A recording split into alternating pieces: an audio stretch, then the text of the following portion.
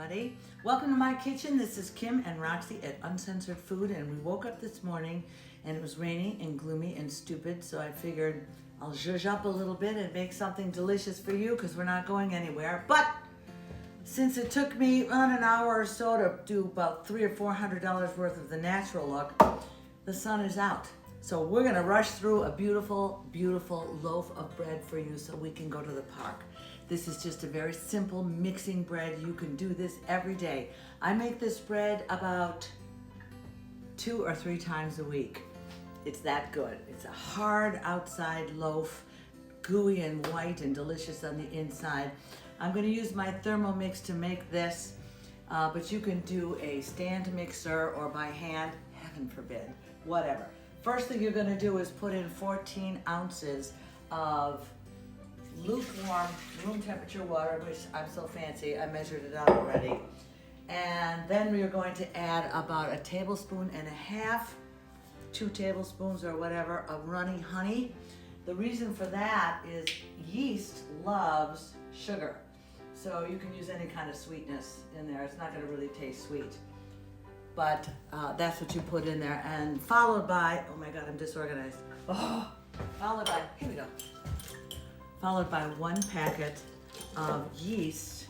And I like the fast rising. Why? Because I do everything fast, whatever. Throw that in there. And then you need to heat this for, my machine's gonna do it for me, but you need to cook it at a very low temperature, very, very low, for about 3 or 4 minutes. And that's just gonna activate everything. That's the first thing you do. Then, okay, that's all heated up. The next step, very simple. Now, if you're using a stand mixer, put in your dough hook at this point.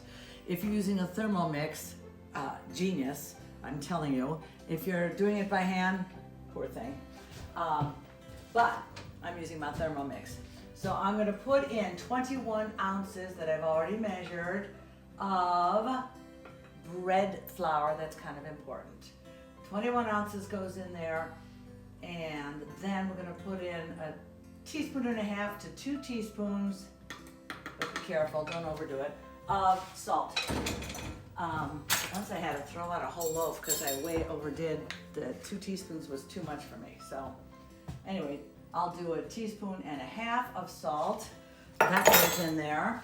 And now all you're going to do is mix it up.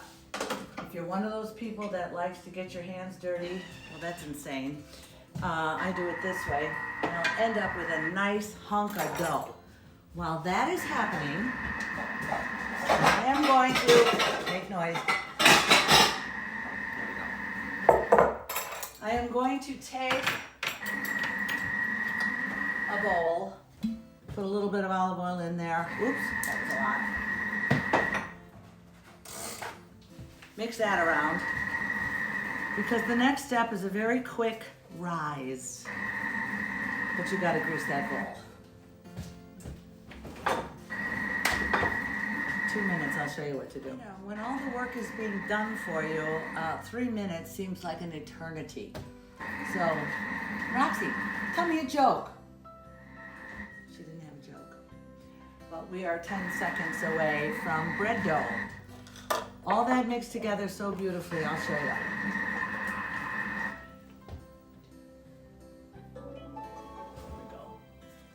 So now we're gonna end up here with a beautiful, a beautiful dough, and that's gonna get dropped into this bowl. And then it's gonna proof for about 45 minutes to an hour until it doubles in size. And I don't know what to tell you to do in the meantime. I got a plumber coming in a few minutes for something else. So here's your gorgeous bread dough. Cover that up. Leave a little room for rising. And if you have an oven that will proof, you proof it for 45 minutes to an hour. If you don't, just do it on your counter. Another good way to proof dough is put it in your oven with just the oven light on. And that light will generate enough heat to proof your dough. So I'll be back in an hour. Okay, it's been an hour. My bread dough has proofed. If it goes longer than an hour, that's fine, who cares? However, this has come up at least double its size. So pull that little sucker out of wherever you've got it heating and rising. Oh, yeah. Come on, baby. Okay. Now, we're gonna get this little oven ready for the second proof. All you do now is put a little flour on a mat and pull out your, be very gentle with this or quick with this because you don't want to knock all the air out of it. So toss that on your mat and just press it down. Oh, I need a little more flour. And press it down gently. That's it. Boom, boom, boom. Okay, now, here's a tricky part that's really not that tricky. Take the edges of your bread and just pull it up and there. Boom, boom, boom, boom. You see what I'm doing? Virtually nothing. And you pull all that to the center, okay? I have a Dutch oven right here. Put a piece of parchment paper on top and take this with the folded side up and drop that in. Drop that in. Take a little flour, sprinkle it over the top. I did that badly. Sprinkle that over the top a little bit. Cover. This pot is cold, but everything is cold. Take this and put it back into proof for another hour. Now walk away. See you in an hour. Okay, this came out of the proofer. Look how much more it proofed up. Pretty good, right? So now you're gonna take this whole covered pot and put it in a cold oven, like this. And you're going to turn that oven on at 450 degrees.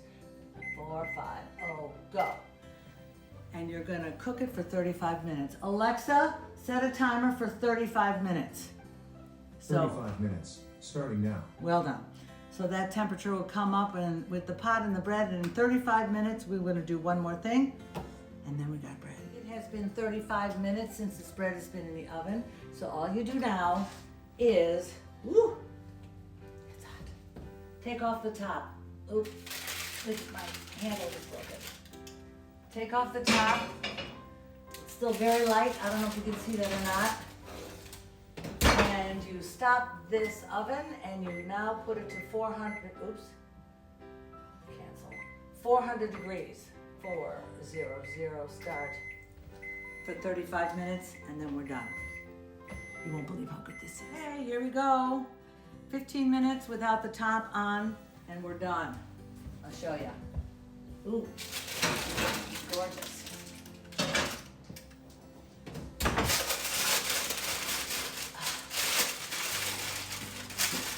What you want here?